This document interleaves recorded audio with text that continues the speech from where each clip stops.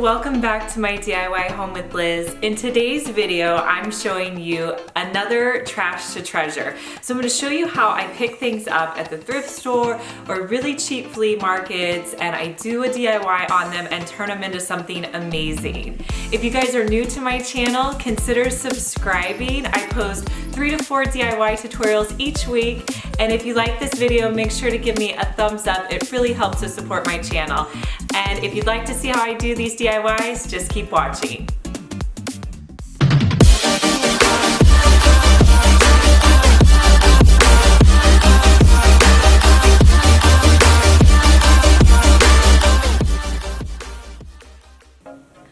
The first project that we're going to work on today is this old Toolbox Crate that I picked up at a flea market for $15. It looked like it was brand new, but when I saw it, I knew I wanted to de-stress it and make it just look old and chippy and awesome.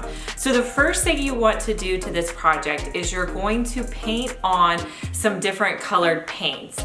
These are going to be our paints that are underneath, and when we put the white over and distress it, they're gonna pop out. So I'm using a brown, a gray, and a black paint on here first, and I'm just going to put those on with a brush in areas that I would typically distress. So it's going to be along the edges, a little bit in the middle.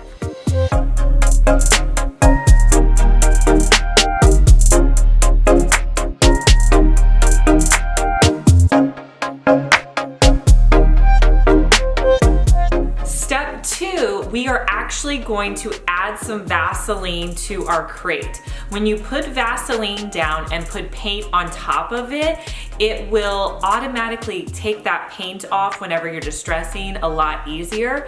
So I am just putting this Vaseline in areas where I don't want the paint to be at the end. So I'm putting a little around the edges and around the sides, and then when I go back in and distress later, that paint's gonna come right off.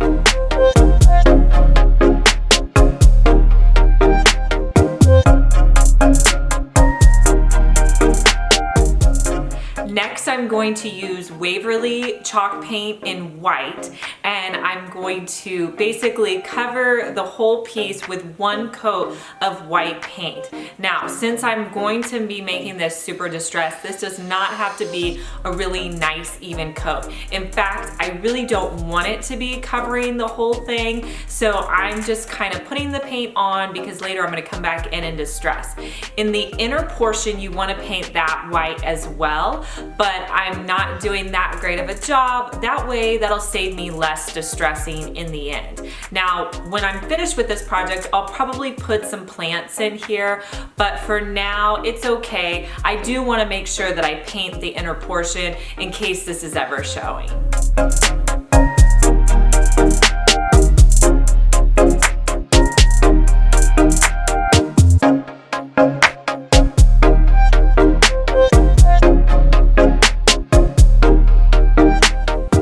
From there, you want to let your piece dry completely. Once your piece is dry, it's time for distressing. And I like doing a wet distress. So you're going to take a damp rag and you're just going to rub the paint off like you would with sandpaper if you were distressing.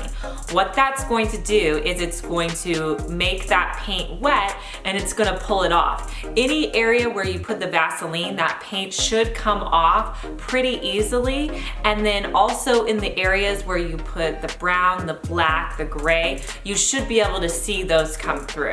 And what I love about distressing is you can do it as little or as much as you want. So just do what your preference is. For this piece, I really wanted it to be extra distressed. So I'm really pulling the paint off. I'm gonna do that on all of the sides, and I just love the look that it has.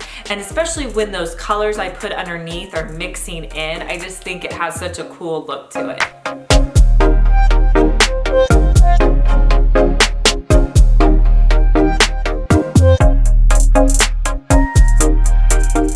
From there, it's super easy. All you have to do is find a really nice place in your house to put it. I put 4 IKEA plants in there. These plants are around $5 at IKEA, and set it on my dining room table.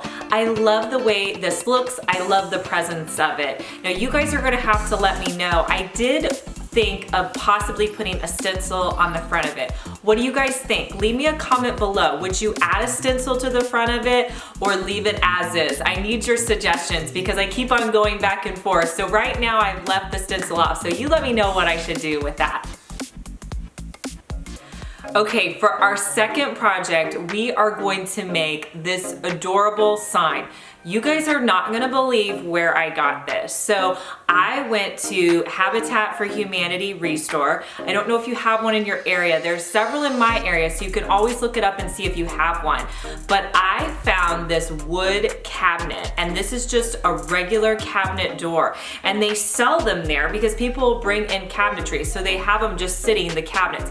And I thought this would be a perfect sign. It was $3, but it was half price that day, so I got this whole nice piece of wood for $1.50. And the cool part about it is it has a really nice border to it already, and I thought, this is amazing. So I decided this was going to be a sign.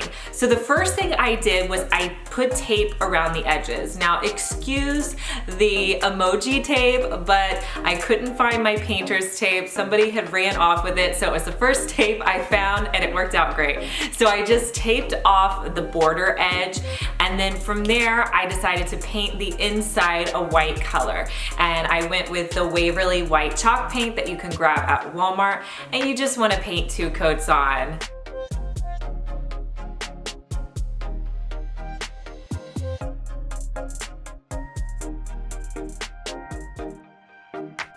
So after you get your 2 coats of white paint, just remove your tape from the edges. I didn't do anything to the border because I really liked that wood color. Now to do something a little bit different for this sign, I wanted to show you guys how to use self-adhesive vinyl. So I picked up this self-adhesive vinyl from Hobby Lobby, and you can use a coupon with it if you want. It's not that expensive. And then I just cut out my letters on my Cricut sign. So I'm just going to pull off the outer portion of the lettering, which is called weeding out your Cricut letters. And then to transfer it onto my sign, I'm going to be using Cricut transfer paper, and I'm just going to put it over the top of my letters, and I'm gonna smooth it down.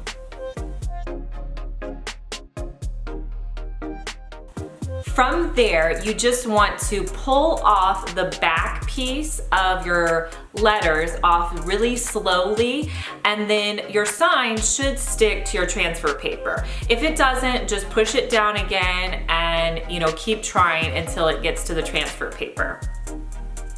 So from there, you're just going to put your transfer paper onto your sign, line it up where you want it, and then smooth it down. There's definitely smoothing tools, but for me, it's just easier to smooth it out with my hands. Once you get the vinyl attached to your sign, start in one corner and just pull back that transfer paper. And here's a tip too. If you don't have transfer paper, you could always use contact paper, and they sell that at Dollar Tree. So if you don't have the transfer paper, try the contact paper.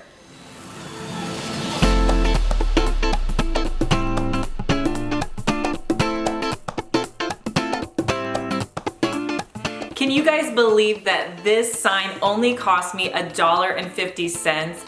Let me know if you guys have Habitat for Humanity in your area and if you're going to go check them out. And if you're liking these projects, make sure to give me a thumbs up. It helps to support my channel.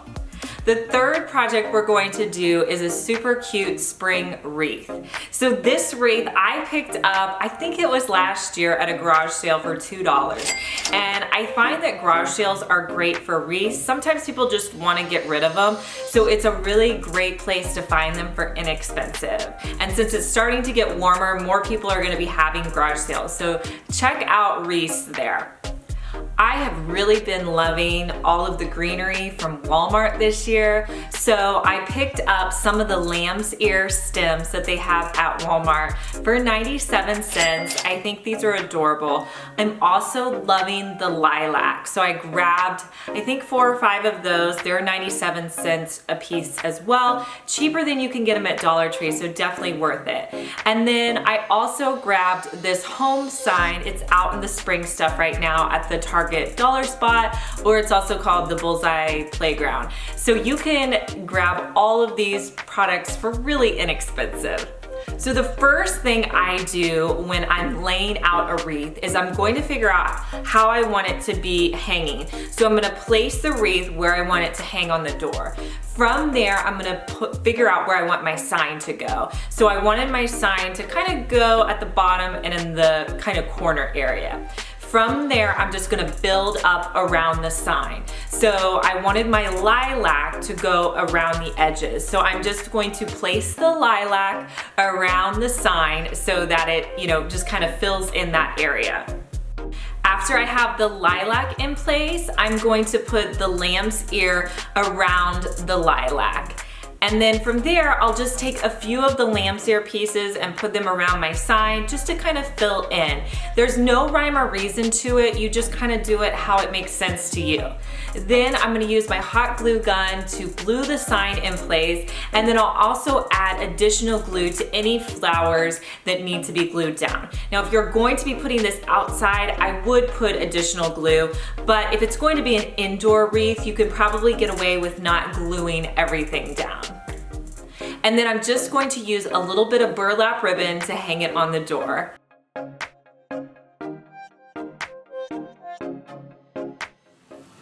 And this is how the final project looks hanging on the door.